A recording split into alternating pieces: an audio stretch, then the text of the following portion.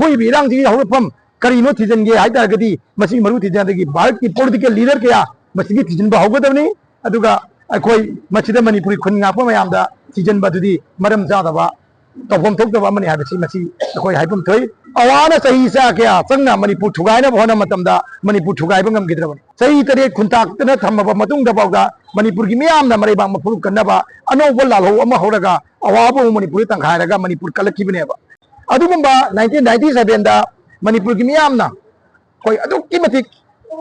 अंगबा फंगना lily अमा चलगा अखोई मणिपुर की अपुन सकतम गिदमकता अखोई सब माना लेपली करिगुंबा भारत सरकार मा थुगाइबा यारोय हाइबा अदुगुंबा अखोई की फिरेप अखोई की वाखलोल अदु खंगना फावदा गवर्नमेंट ऑफ इंडिया ना दी मणिपुर से याम अबिक लेबा अमन इंडिया की सीधा करी करंबा वाखलनो खंगदे थुगाइना बांद नंजन लेपना होनापा मदुमंगा मरम मोइदना 2001 की अखोई की जुन ट्राइब पांगी थोकदोक थोकदना मदुई मतुंग द तोंगान तोंगान बा थोकदोक कांगो फुरुप युमफम मोइबा ऑर्गेनाइजेशन क्या दी इंजलगा मणिपुर थुगाइना होना बसे ngasi बाव लेपलियो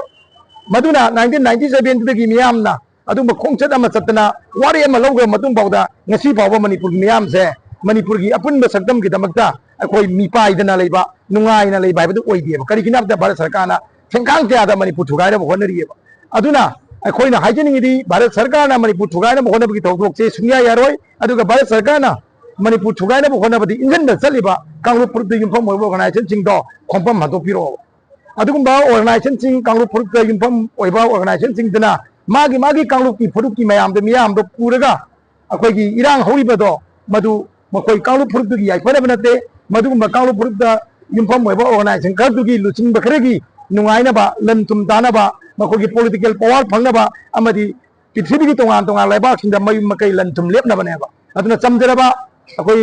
लमदमदि खुंदारबा कांग्रेस पुरुष की सिनाव मयाम मदु अदुगुंबा मखोगी लुचिंगबसिंगना मणिपुर थुगाइना होनरिबा कांग्रेस अमगी मायोक्ते एंटी साकलगा कांग्रेस अमदा सिंगनबगी वाखलोन साकलगा मखोगी अपुन सकदम साकने तोइदो ओरोइदबा मतमगा चानदबा अदुगुंबा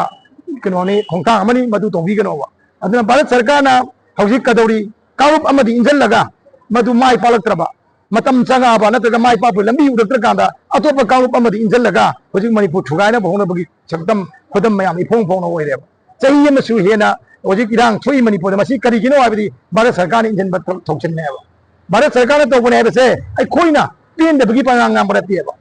मणिपुर की मी नतबा भारत की तोंगान तोंगान मफम सिंगदा लेबा भारत की गवर्नमेंट की लेमजनिंगाय ओइबा अखोगी डिपार्टमेंट क्या थबक तम फम बारे ममियोय क्याना हायराबनेबा हाइबा भारत सरकार ना थमोय सिंगदबा भारत सरकार की लामी ओइबा अखोगी असम राइफलना न्यूट्रल ओइदबा असम राइफलना नाकल अमदा मिसंग चंगदना सिगी लानफम मसे कुइना चतरपने हाइबगी वाफम अमा लेरिबसनेबा सी नंबर बोयगा हजिकती मणिपुर थुइबि इरांग असे भारत सरकार ना थोन मने हाइबसमा याम चसेंग चसेंगनेबा अदुना मणिपुर थुइबि इरांग सिगे मई लेना मनी इंडिया की लेरिबि इन्वेस्टिगेटिव एजेंसी सिंगना हारिबि इरांग सिगे मई ले थिजनबा मतमदा मणिपुर की खुन ngakchariba मरेबा मफुरु कंजनबा खुलाई पाइजरिबा मयाम सिदा मियंग थमगा हाना थिजनबा होबो यारवायबा मदु थिजबम थोक्तिएबा मसीगी इरांग सिगे हौरफम थिजन यादादिगी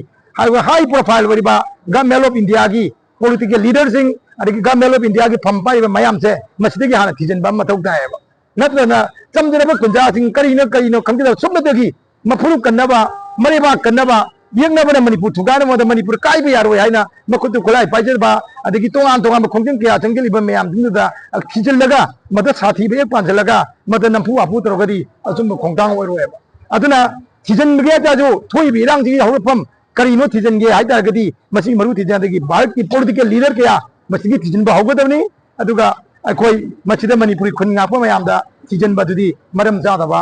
तौफम थोकदबा मनि हाबसी मसी अखोई हाइपम थोइ मणिपुर हाना सेदानब वखंद खलुरबा सेदानब लंबी चलुरबा अखोई कांग्रेस फुरु खुदिमक अखोई महौसागी पुंसिदा अलगा मणिपुर कंदु लेताबा पुंसी महिंग अमद हिंमिनसी मदु नतन मणिपुर थुगाइगने हाइबदी सुंगोय ओइरोय मरमदी अवाना सही सा क्या संगना मणिपुर थुगाइना होना मतमदा मणिपुर थुगाइबा ngamgidrabani सही तरे खुंताक्तना थमबा मतुंगदा बावदा मणिपुर की मियामना मरेबा मफुरु कन्नबा अनोबा लालहो अमा हौरगा अवाबो मणिपुर तंखायरगा मणिपुर कलकिबनेबा अदुंगै अवाना सही तरे खुंताई मनगसु मणिपुर थुगाइरबा ngamदेबा अदुना अवाना सही चा क्या थुगाइना होना ngamद्रबा तुंगदा कसु लेद्रबा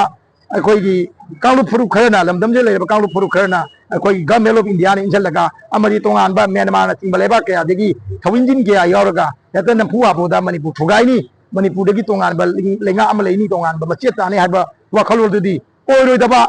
ꯃꯔꯨꯚूमिꯗ ꯉꯥ ꯐꯥꯕ ꯆꯠꯄꯒꯤ ꯊꯧꯁꯤꯜ ꯇꯥꯒꯅꯤ ꯃꯗꯨ ꯈꯣꯡꯐꯝ ꯍꯟꯗꯣꯛꯄꯤꯌꯨ ꯀꯅꯥꯒꯨꯝꯕꯅ ꯃꯗꯨꯒꯤ ꯊꯧꯁꯤꯜ ꯄꯤꯔꯛꯄ ꯃꯇꯝꯗ ꯇꯨꯡ ꯏꯜꯂꯤꯕ ꯑꯩꯈꯣꯏꯒꯤ ꯍꯥꯟꯅꯗꯒꯤ ꯈꯨꯟꯗꯥꯃꯤꯟꯅꯔꯕ ꯂꯩꯃꯤꯟꯅꯔꯕ ꯐꯨꯔꯨꯞꯁꯤꯡꯒꯤ ꯄ꯭ꯔꯖꯥꯁꯤꯡ ꯃꯤꯆꯝꯁꯤꯡꯅ ꯃꯗꯨ ꯃꯇꯨꯡ ꯏꯟꯕꯤꯒꯅꯨ ꯑꯗꯨꯒꯨꯝꯕ ꯂꯤꯗꯔ ꯈꯔꯅ ꯇꯧꯔꯤꯗꯣ ꯃꯈꯣꯏ ꯃꯁꯥꯒꯤ ꯕꯤꯅꯤꯐꯤꯠ ꯑꯣꯏꯅꯕ ꯃꯈꯣꯏ ꯏꯃꯨꯡꯒꯤ ꯅꯨꯡꯉꯥꯏꯅꯕ ꯃꯈꯣꯏ ꯏꯃꯨꯡꯒꯤ ꯃꯤꯅ ꯄꯣꯂꯤꯇꯤꯀꯦꯜ ꯄꯥꯋꯔ ꯄꯥꯏꯅꯕ ꯂꯟ ꯊꯨꯝ ꯂꯦꯞꯅꯕ ꯊꯕꯛ ꯇꯧꯕꯅꯤ ꯍꯥꯏꯕꯁꯤꯃ ꯍꯧꯈꯤꯕꯅ ꯍꯧꯈꯔꯦ ꯂꯥꯛꯀꯗꯕ ꯃꯇꯝꯗꯗꯤ ꯑꯩꯈꯣꯏ ꯅꯨꯡꯁꯤ ꯆꯥꯟꯅꯅ ꯂꯩꯃꯤꯟꯅꯁꯤ ꯄꯨꯟꯅ ꯍꯤꯡꯃꯤꯟꯅꯁꯤ ꯄꯨꯟꯅ ꯊꯦꯡꯅꯃꯤꯟꯅꯁꯤ ꯄꯨꯟꯅ ꯆꯥꯎꯈꯠꯃꯤꯟꯅꯁꯤ ꯑꯗꯨꯒ ꯑꯩꯈꯣꯏ ꯏꯪ ꯇꯞꯄ ꯐꯤꯕꯝ ꯑꯃ ꯑꯣꯏꯒꯗꯕꯅꯤ ꯑꯩꯈꯣꯏꯅ ꯑꯩꯈꯣꯏꯒꯤ ꯏꯔꯥꯏꯕꯛ ꯂꯦꯞꯆꯒꯗꯕꯅꯤ ꯑꯩꯈꯣꯏꯅ ꯑꯩꯈꯣꯏꯒꯤ ꯇꯨꯡꯒꯤ ꯏꯔꯥꯏꯕꯛ ꯂꯦꯞꯆꯕ ꯍꯥꯏꯕ ꯃꯇꯝ ꯍꯥꯏꯕꯁꯦ ꯂꯝꯗꯝꯁꯤꯗ ꯈꯨꯟꯗꯥꯃꯤꯟꯅꯔꯤꯕ ꯀꯥꯡꯂꯨꯞ ꯐꯨꯔꯨꯞ ꯑꯩꯈꯣꯏꯅ ꯋꯥꯈꯜ ꯇꯥꯃꯤꯟꯅꯔꯕ ꯑꯩꯈꯣꯏ ꯃꯁꯦꯟ ꯅꯨꯡꯁꯤꯅꯔꯕ ꯑꯩꯈꯣꯏ ꯃꯁꯦꯟ ꯑꯃꯒ ꯑꯩꯈꯣꯏ ꯂꯥꯟꯅ ꯈꯟꯅꯕꯁꯦ ꯀꯣꯛꯂꯕ ꯃꯇꯝꯗ ꯑꯣꯏꯒꯗꯕꯅꯤ ꯍꯥꯏꯕ ꯋꯥꯐꯝꯁꯤ ꯊꯝꯖꯔꯤ